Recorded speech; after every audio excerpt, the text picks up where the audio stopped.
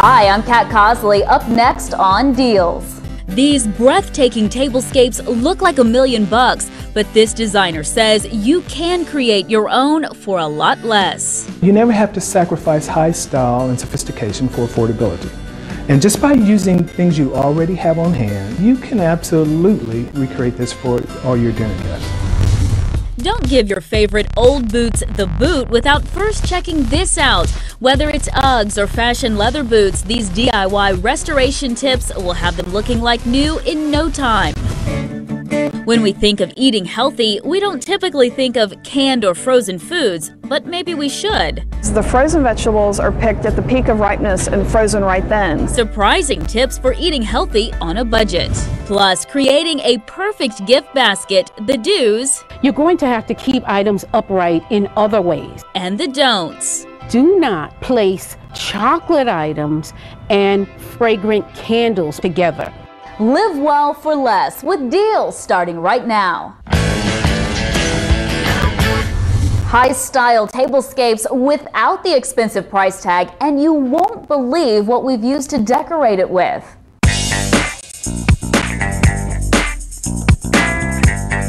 This is what you do for a living. Yes. But we kind of challenge you at Deals a little bit. You do. You really do. You really do. We know you keep budgets for the people you design for, but their budget might be a little bit bigger than some of ours. Yes, that's very true. That's very true. I work with pretty sizable budgets. Let's say anywhere from $7,000, $10,000, as a base, and we go from there. Holy moly! Yeah, I definitely don't have a budget like that, but designer Dwight Woodbury tells me we can pull off a very similar look for a fraction of the cost. You never have to sacrifice high style and sophistication for affordability. And just by using things you already have on hand, and a little planning, you can absolutely, recreate this for all your dinner guests. The first place to save tons, the tablecloth. It's actually a bed sheet. And, I tell people, if you don't have fine imported linens, it's no big deal. A lot of times you can take a bed sheet, and I've used it many, many times, and no one ever knows. This is key. So if you're working with a bed sheet that has a very low thread count, by laying felt on your table first, it's going to improve the way the sheet drapes and hangs on the table. Where do you get felt? Any fabric store will have it. This ran me about maybe $4, $3 a yard.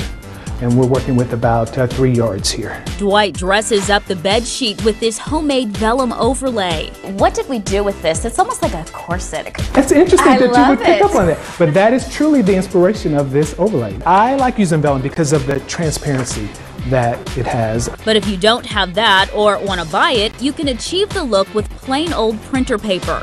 You've got to start with a template first. And this is a template that I made for this particular table. This looks pretty extensive. It does, and I do have an architectural background. That's probably why it looks a little bit more technical than what it really is. You decide how many panels you want the overlay to have. And once you divide up your panels, I measured inward on both sides.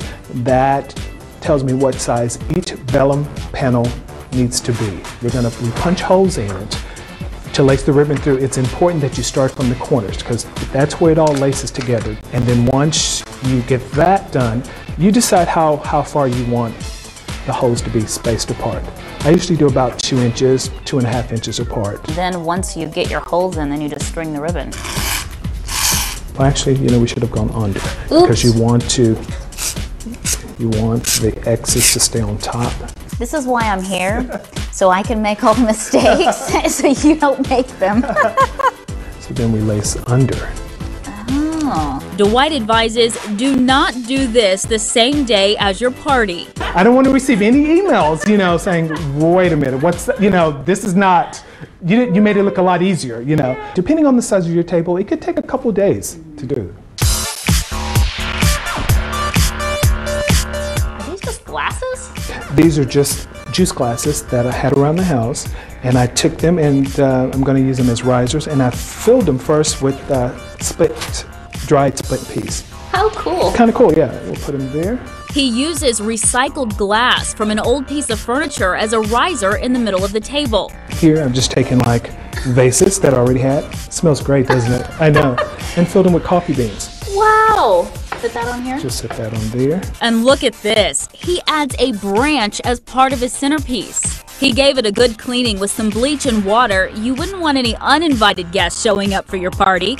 And when it's dry, we wrap some gold wire, beads, and moss around it to dress it up a bit. But it's just that simple. It's all about using what you have on hand. This is just, as you can see, a cabbage head. I will turn anything into a vase. You know? So I carved it out, and by taking like some foam oasis that's been soaked in water, you know, we can insert it in there. Now, carving it out, is it as simple as just taking a knife around the inside? Just like carving it out of pumpkin. And then you also left this. You take it and spray it with water, and then put it in a plastic bag, and then put it in your crisper for like a couple of days. It'll actually kind of harden and stay this way. So that's why it's able to sit out on the table during your dinner party and not wilt. Oh, that's the key right there. That's the key. I knew there had to be something. Okay, cool. Inexpensive supermarket flowers, and these are spray roses. I simply take them and start inserting them into our oasis. We add a few gourds, some moss, and placemats. And it was a long twig runner that I simply took and just cut up into parts and made our placemats with. White china is absolutely the best way to stretch $1. You can use this over and over and over again, create endless themes, color combinations.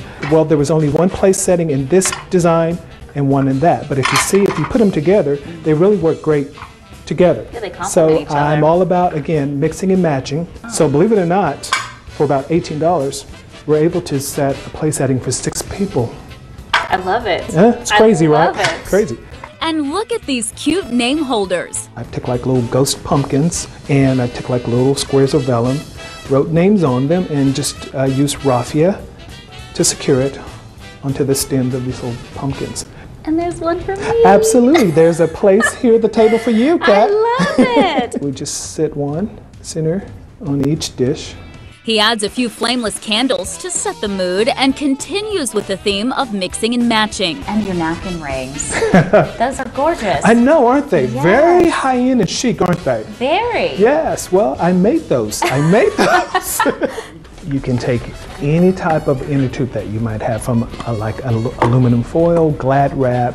I'm actually going to use like a tube from paper towel holder. We measure 1.5 inches on the tube and cut it out with an X-Acto knife. This is like ribbon that I had left over from holidays, and I love it because it's this burlap. Then we make small cuts on each end, fold the fabric inside, and glue. Once I've done that, I then take gold wire and just simply wrapped it around, twisted it, just created my own little design. There's no rhyme or reason to it. Just to embellish it even more, I took like a hazelnut, and then I wrapped a different type, a second type of wire around that, and glued it all together. Beautiful. Look at this gorgeous table. We're keeping it in what, 250 range? Oh no. Lower. I created this on a $50 budget. Unbelievable. And can you imagine the conversations this unique table will spark? So be the talk of the town with Dwight's Design. Just go to livewellnetwork.com and click on deals for all the details. Still